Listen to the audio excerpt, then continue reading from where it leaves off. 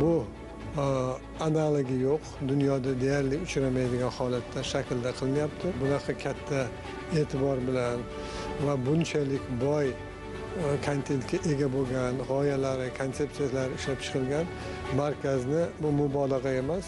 Dunyoda ham topish juda ham amri mahol.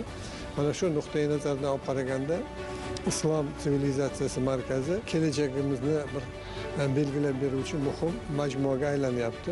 Men yana bir narsani aytib o'tishim kerak. Men tarixchi olimman va asosiy yo'nalishim Sharq mamlakatlaridagi, musulmon mamlakatlaridagi ilmiy tadqiqot markazlarini yoki bo'lmasam o'z davridagi o'sha davr akademiyalarini o'rganganman.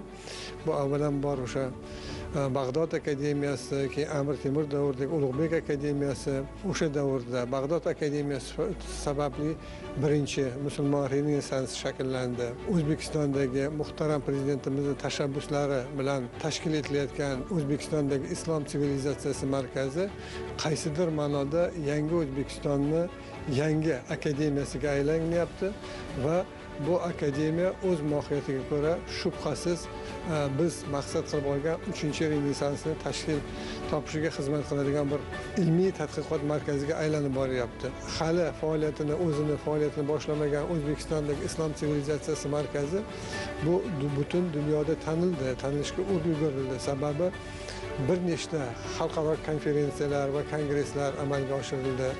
Uning natijasida ko'plab olimlar keldi va eng muhimi esa mana shu dunyodagi ko'plab mamlakatlardagi Markaziy Osiyo tarixi, O'zbekiston tarixi, O'zbekiston sivilizatsiyasi bilan shug'ullanadigan xorijiy olimlar ham mana shu loyiha atrofida birlashyapti.